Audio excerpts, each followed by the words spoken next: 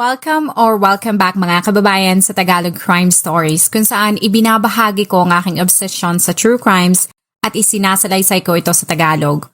Kung gusto mo ang mga ganitong contents, make sure to subscribe at turn on all the notifications para lagi kang updated sa mga bago kong videos.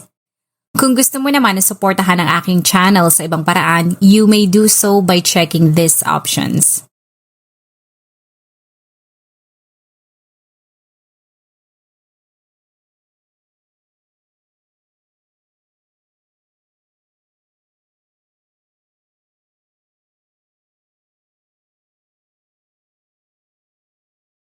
Para sa maraming Pilipinong imigrante ay maaari maging magandang tirahan ang Silver Spring, Maryland dahil bahagi ito ng metropolitan area ng Washington, D.C.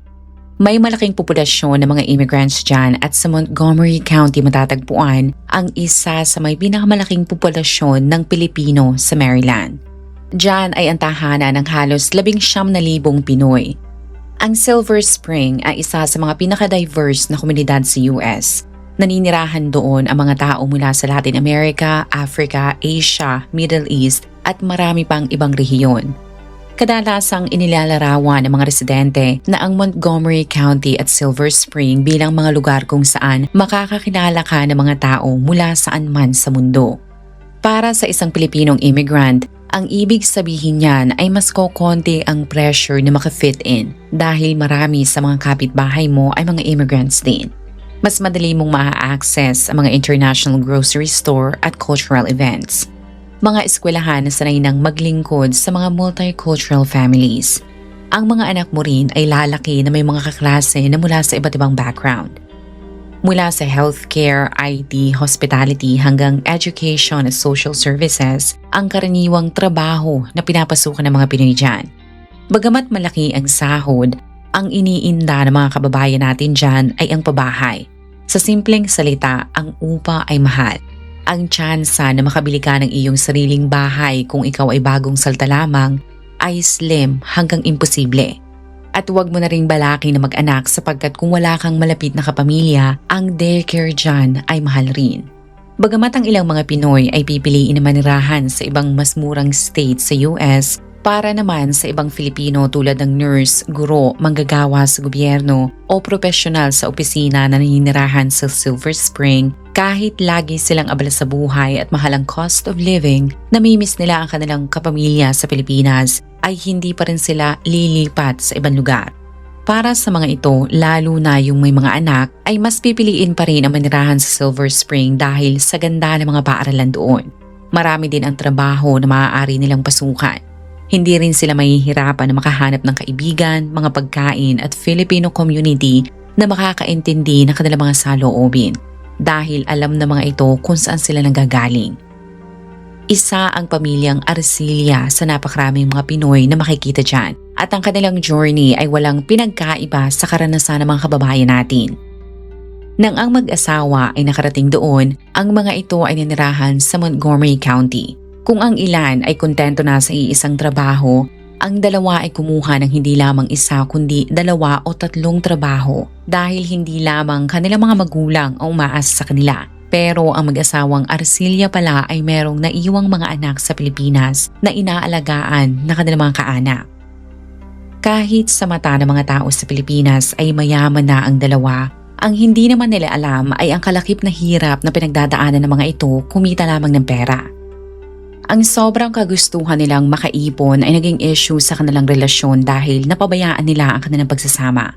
Hanggang umabot na sila sa punto na para na lamang silang mag-roommate. Nabago lamang ang kanilang relasyon na maging permanent resident na sila o nagkaroon sila ng green card. Pagkababa ng desisyon na yan ay mabilis nilang inasikaso ang mga dokumento ng kanilang mga anak. Habang gumugulong ang mahabang proseso, ang mag-asawang Arcilla ay madalas na pinalalahanan ang mga bata na mag-focus sa pag-aaral at wag na wag mag-aasawa sapagkat kung mag-asawa sila ng maaga bago sumapit ang 21 taon nilang kaarawan ay maiiwan sila ng permanente sa Pilipinas dahil hindi na sila maaaring kunin. Sa dami nilang anak na gustong maisama, ang mag-asawa ay hindi na nagawang makabalik sa Pilipinas sapagkat gusto talaga nilang paghandaan ang pagdating ng mga ito. Gusto nilang mabilhan ang mga ito ng damit at mabigyan ng maayos na tirahan. At noong 2001, ang kanilang pagtsatsaga na mahigit isang dekada ay nagbunga dahil naaprubahan na ang kanilang petisyon. Ang mga ito ay mabilis na bumili ng plane ticket at ng parehong taon na yun, sinalubong nila ang kanilang mga anak sa airport. Walang mapagsidla ng kasiyahan ang dalawa at sa mga sumunod na taon ay hindi sila binigo ng kanilang mga anak. Ang kanilang sakripisyo ay nakita ng mga ito kaya lahat ng mga ito ay nakagraduate. Nagkaroon ng matinong mga trabaho hanggang magkaroon sila ng kani-kanilang pamilya. Ang mag-asawang Arcelia ay unti-unting gumaan ng buhay. Sa tulong na rin ng kanilang mga anak, ang mga ito ay nagawang makapagbalik-balik mula Maryland at makapagbakasyon sa ilang magagandang lugar sa Pilipinas. Ang dalawa, bagamat hindi matatawag na mayaman sa standard ng USA, para sa kanila ay kontento na sila dahil hindi nila kailangan ng mansyon. Para sa mag-asawa, ang makitang may maayos na buhay ang kanilang mga anak at ni isa sa mga ito ay walang bisyo, ay kayamanan na yun. Ang dalawa ay nasa edad na para magretiro. Ang mag-asawa ay nagpahinga na rin at sa halip na gumising ng maaga para magtrabaho, madalas na ang hawak ng mga ito ay ang kanilang mga apo. Para sa mga sumusubaybay sa kanilang buhay, ang mga Arcelia ay nakamit na ang kanilang American dream. Ang dalawa ay meron ng sariling bahay. Ang mga anak ng mga ito ay meron ng maayos na buhay kaya wala na silang mahihiling pa. Ngunit kamakailan lamang, ang mga tao ay magugulat sapagkat ang matagal nang inaalaga ang pangalan ng mga ito ay nawasak. At ang malala, ang isa sa kanilang mga anak ay hindi lamang makukulong, pero nanganganib din itong patalasikin at maban sa USA. Ang pamilyang Arcelia ay agad kumuha ng abogado upang maipagtanggol ang kanilang anak. Ang ilan ay sinabi na baka nagkamali lamang ang mga otoridad tulad na nangyari sa kaso ng Pinoy na si Jefferson Hezola na matagumpay na nai-release mula sa ICE custody. Pero sa dokumento na ito na inirelease nitong buwan lamang June 5, napakaraming abogado kasamang immigration lawyer ang nagsabi na hindi sila nagkakamali at tama lamang ang kanilang ginawa. At bago ko ipagpatuloy at i-discuss ang buong pangyayari, papasalamatan ko muna ang mga TCS members ng channel na ito, pati mga taong nagbibigay ng super thanks, yung nagbigay ng mga kape at lahat ng mga taong laging nakasubaybay sa ginagawa kong video. Maraming salamat po. Base sa ulat, ang anak na mag-asawang nasasangkot sa kontrobersya ay si Jeromel. Sa mga lumabas na ulat, ang prosecutor sa Maryland ay gusto palang i-revoke ang citizenship nito. Malakas at confident ang mga kaanak ni Jeromel na papanig sa kanila ang batas. Sapagkat kung matatandaan mo ay legal naman itong pumasok sa US gamit ang iginawad sa kanyang green card. Ang mga magulang nito ay legal din na pumasok sa USA. Ipinakita din ng kanyang mga magulang na inabot pala ng isang dekada bago ito tuluyang maging opisyal na American citizen. Tulad ng ibang immigrants, si Jeromel ay nag-aral upang masaulo lahat na maaari maging posible mga tanong sa civic test. Nang matapos ang N400 appointment ito o yung tawag sa citizenship interview, hindi na nagulat ang pamilyang Arcelia nang ito ay makapasa. Ipinagmalaki pa nga ng mga magulang ni Jeromel na sila ay dumalupa sa oath-taking ceremony, kung saan ito ay nanumpa bilang opisyal na American citizen noong 2019. Kaya ang Filipino community sa Maryland ay naniniwala na nagkakamali lamang ang mga otoridad at sila ay agad pumanig sa pamilyang Arcelia. Ngunit sa huli kahit madami sila at gaano pa kalakas ang ingay na kanilang ginawa para suportahan si Jeromel, nang inirelease ng Department of Justice ang buong dokumento, ang mga tao na noong una ay suportado ang pamilyang Arcelia ay isa-isang nag-back out at ang ilan ay binawi pa mismo ang mga perang naibigay nila. Base sa court record na ito, ang kaso palang isinampa kay Jeromel ay isang civil case. Kung babasahin mo ang 18 pahinang dokumento na yan, sa record ng US Citizenship and Immigration Services o USCIS, ang sakto palang petsa kung kailan ito dumating sa Estados Unidos ay noong July 18, 2008. Tapos noong April 30, 2018, ito ay opisyal nang nag-apply para maging American citizen. Nang mangyari ang interview, ay perpekto nitong nasagot ang civic test na lahat ay patungkol sa nakaraan ng Amerika. Pati reading at writing test ay naipasa rin nito. Hindi rin itinanggi ng USCIS na nagawaran nga ito ng American citizenship. Pero ang issue ay natuklasan ng gobyerno na noong ma-interview pala ito ay hindi siya naging tapat sa kanyang mga sagot. Sa madaling salita, si Jeromel ay nagsinungaling pala. Ang ilang mga kapamilya nito ay sinisi naman ang ngayong president na si Trump dahil kung hindi nito iniutos ang paghihigpit sa immigration ay hindi sana nasa ganung sitwasyon ang kanilang kaanak. At para maintindihan mo kung bakit gustong-gustong bawiin ng USCIS ang ginawa nilang citizenship dito at kung bakit gano'n na lamang katindi ang kagustuhan ng Department of Justice na mapatalsik ito sa Amerika, ay ipapakita ko sa iyo ang form na ito na finilapan ni Jeromel nang mag-apply siya para maging US citizen. Yan ay ang Form N-400 kung saan ito ay di umanong nagsinungaling. Sa dami ng mga katanungan dyan ay mag-focus lamang tayo sa 4 na mga tanong dahil doon ito di umano nagsinungaling. Ang highlighted items sa harap mo ay ang mga katanungan tulad nito. Itinanggi niya na hindi siya naaresto at never siyang nagsinungaling sa government officer. Ngunit ayon sa investigasyon na kanilang ginawa, ito pala ay naaresto na dati pa at ang ginawa nitong krimen ay sobrang malala. Sa korte ay nabunyag na kahit anong tiyaga, sipag at galing sa diskarte ng kanyang mga magulang ay kabaligtaran noon ang buhay ni Jeromel. Kung ang mga kapatid nito ay merong simple at maayos na trabaho, si Jeromel ay maituturing na isang tao na walang permanenteng address.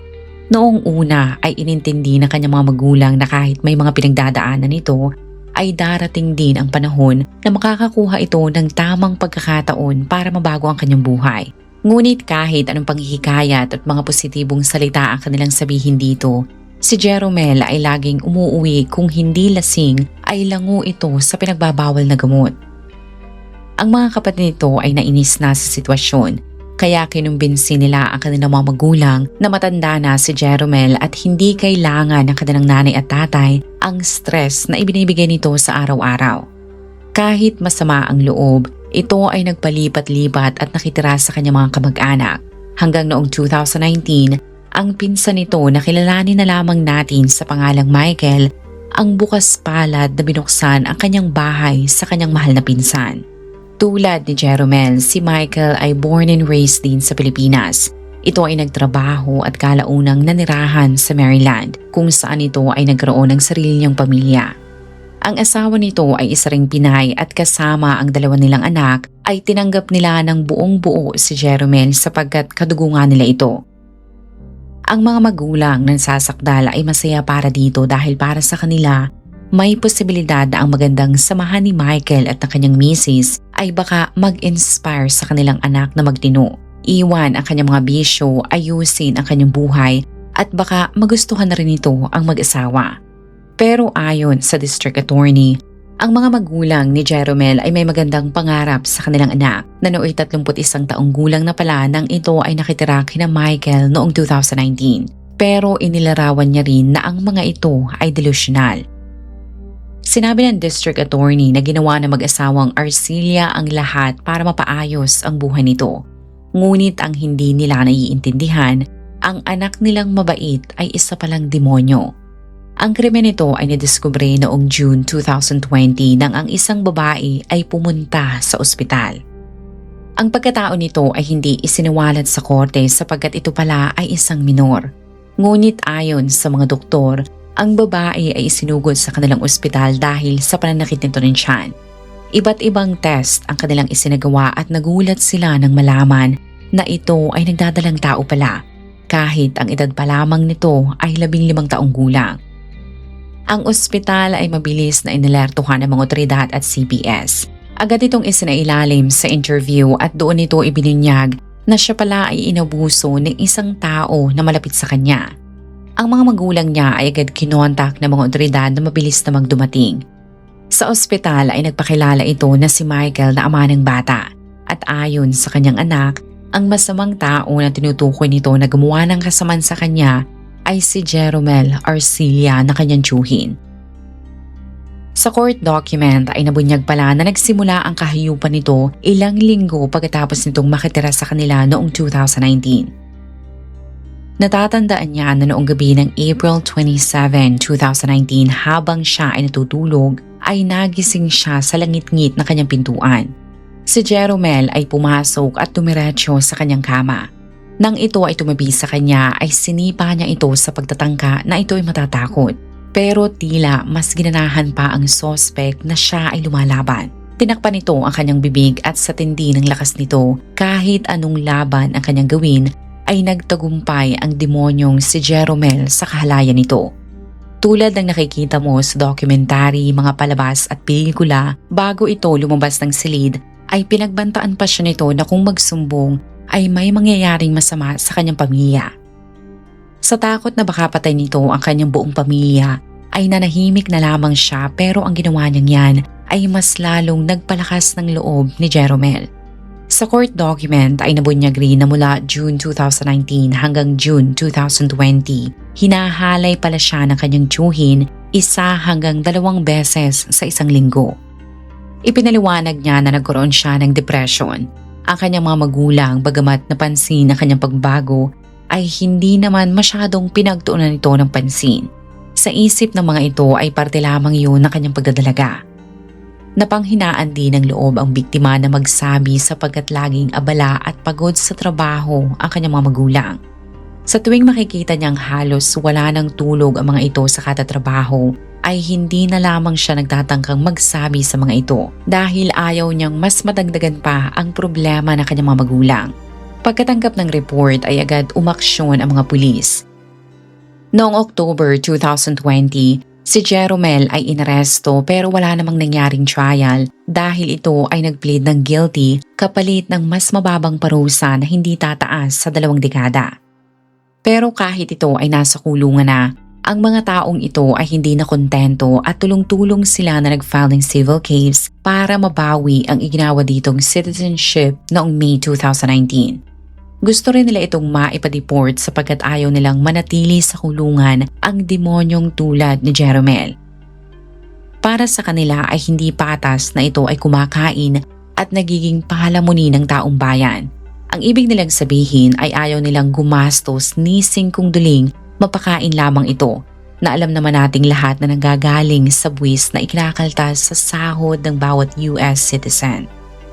Sa court document ay mababasa na sa batas ay may karapatan ang US government na bawiin ang citizenship kung mapatunayan na naging masama ang pag-uugali ng aplikante 5 taon bago sila mag-apply para maging citizen. Nakasaad din sa batas na kapag nagsinungaling ka sa immigration o kahit simpleng government officer at kahit sa dokumento sa Form N-400 ay may karapatan ang gobyerno ng Amerika na bawiin ang iyong Certificate of Naturalization.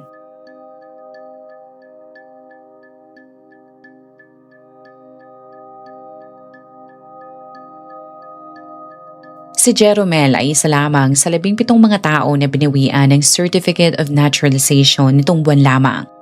Ang ilan ay mula sa mga bansang Somalia, Haiti, Colombia, Mexico, Cuba at Jamaica. Tulad ni Jeromel, ang mga ito ay napatunayan rin na nagsinungaling at sadyang itinago sa immigration officer ang dati nilang mga krimen na ginawa para lamang maging US citizen. Ayon sa ulat, kung sakaling si Jeromel ay merong valid na green card bago ito maging American citizen, ay pwede niya itong magamit. Ngunit malaki ang posibilidad na ang US government ay maaaring bawiin rin ito dahil seryoso ang ginawa niyang krimen. As of this recording ay walang lumalabas na ulat sa kung anong mangyayari sa kanyang immigration status. Ngunit malaki ang tsansa na siya at ang iba pa ay ipapadeport pabalik sa kanilang bansang pinanggalingan.